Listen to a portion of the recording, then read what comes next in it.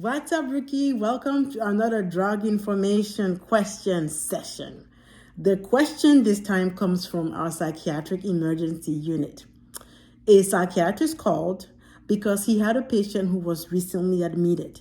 The patient has a history of alcohol use disorder and was indeed intoxicated when she was admitted. He mentioned that her last drink was 18 hours ago. And he also mentioned that he checked her blood alcohol level. At this time, it's 0. So no alcohol in the patient, right? This patient is ready to change, very motivated to stop drinking. And I'm going to front my public health knowledge here. I don't know if you heard about the stages of change. There's the pre-contemplation stage, there's a contemplation change, and there's an action stage. And after the action stage, there's a maintenance stage. This patient is not pre-contemplating or contemplating stopping drinking. She's in the action stage. She's ready to quit. And the doctor is thinking about starting Antabuse, and he's wondering if it's the right time to start it for the patient, if it's safe for the patient. Now, Antabuse works by blocking the oxidation of alcohol somewhere at the acetaldehyde stage.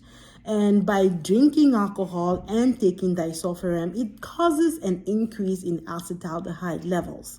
And this increase in acetaldehyde levels causes unwarranted symptoms such as nausea, vomiting, diaphoresis, which is sweating, hypotension, tachycardia, hypoventilation, really symptoms that are awful and you wouldn't want a patient to have, especially if they're starting brand new on this medication, right? Because you don't want to affect their adherence going forward. So I get that the provider really wants to make sure if it's safe and appropriate to start the disulfiram now that it's been 18 hours and that the blood alcohol level is 0.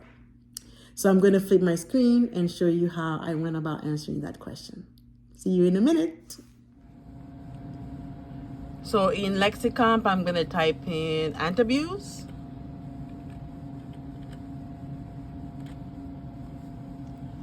There it is. And I'm going to select the drug, Antabuse.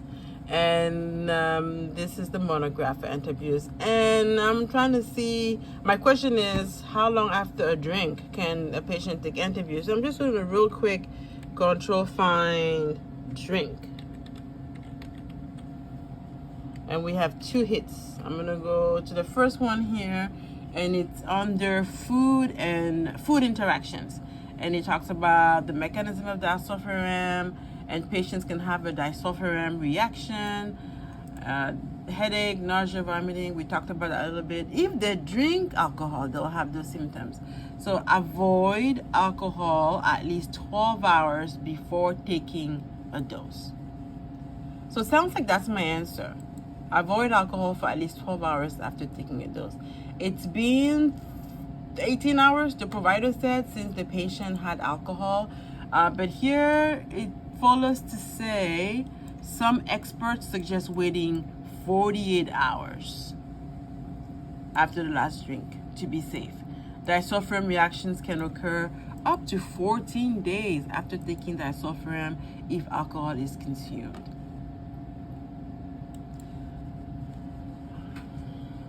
Okay, so I have 12 hours. I have up to 48 hours in some cases. The doctor did mention the blood alcohol level. So let me see if I can find something related to blood alcohol levels. Her blood alcohol level is 0, which prompts me to think that it should be okay. But let's do some more research. When it comes to alcohol and substance abuse information, SAMHSA is always my go-to answer. SAMHSA stands for Substance Abuse and Mental Health Services Administration. So because I'm looking for an answer, because I'm looking to answer a question about blood alcohol concentrations and disulfiram, I'm just going to Google SAMHSA and disulfiram,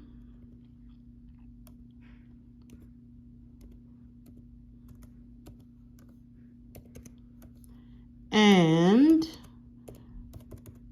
blood alcohol concentration. It auto-populated. And the first hit I get is this article titled Medication for the Treatment of Alcohol Use Disorder. So I'm going to click on that, and I get this article titled Medication for the Treatment of Alcohol Use Disorder, a brief guide, and it is by SAMHSA. So I'm going to control find blood alcohol. Let me see if I can add concentrations on here. With concentrations, I get no hits. I'm gonna just try, well, it's only 4 hits I get here with blood alcohol, so I'm going to see what comes up. It says blood alcohol levels are useful measures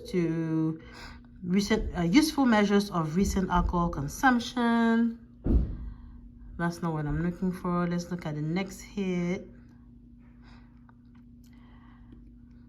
The next hit is withdrawal journal begins within 24 to 48 hours after the blood alcohol level drops and can persist for 5 to 7 days. That's not what I'm looking for either. The next hit says it's about initiating treatment with disulfiram. It says wait until the patient has abstained from alcohol for at least 12 hours and or until the breath or blood alcohol level is 0. There we go. That's my answer. So we got our answer. According to Lexicomp, you should wait, or the patient should wait at least 12 hours after the last drink before initiating disulfiram.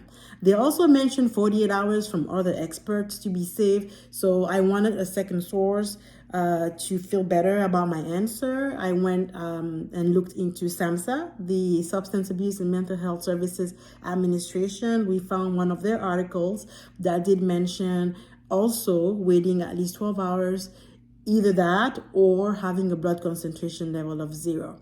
In this case, our patient met both criteria. It's been 18 hours since the last drink and her blood alcohol level was 0. So I felt very confident in recommending that the provider start disulfiram right now because the patient was ready. If you would have approached this question differently, please comment down below and let me know what resources you would have used or if you have any questions. And if you like videos like this, subscribe so you get notifications every time I make a new video and you do not miss a beat. Until the next one, God bless you and protect you. Bye-bye.